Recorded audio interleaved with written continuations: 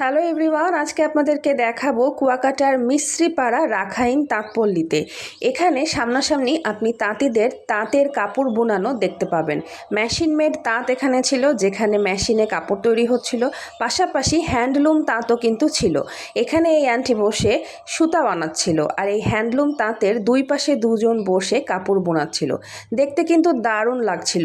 একই সাথে পাশাপাশি আপনি হ্যান্ডলুম তাঁতের কাজ এবং মেশিন তাঁতের কাজ দুটোই দেখতে পাবেন, এবং দেখে শুনে তাঁতিদের তৈরি করা কাপড় এখান থেকে কিনতে পারবেন। বিশাল বড় একটা মার্কেট আছে, আপনি দেখে শুনে পছন্দ করে কিনবেন। কিন্তু সমস্যা হলো এখানে সব কিছু ভীষণ এক্সপেন্সিভ।